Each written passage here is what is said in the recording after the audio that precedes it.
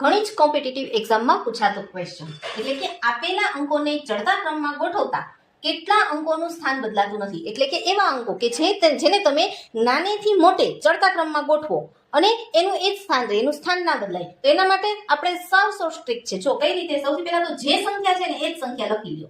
8 3 1 6 9 5. હવે આ સંખ્યામાંથી આપણે એને ચડતા ક્રમમાં ગોઠવવાની. તો સૌથી નાની પહેલા કઈ સંખ્યા છે? 1. તો અહીંયા પહેલા 1 લખવાની, પછી 3, પછી 5 6 8 અને 9.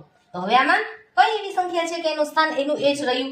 જો અહીંયા 8 ના સ્થાનમાં 1, 3 ના સ્થાનમાં 3, એટલે આ સંખ્યા આવી ગઈ, બરોબર. પછી 1 ના સ્થાનમાં 5, અહીં 6 ના સ્થાનમાં 6, એનું સ્થાન એ જ રહ્યું 3 નંબર ઉપર.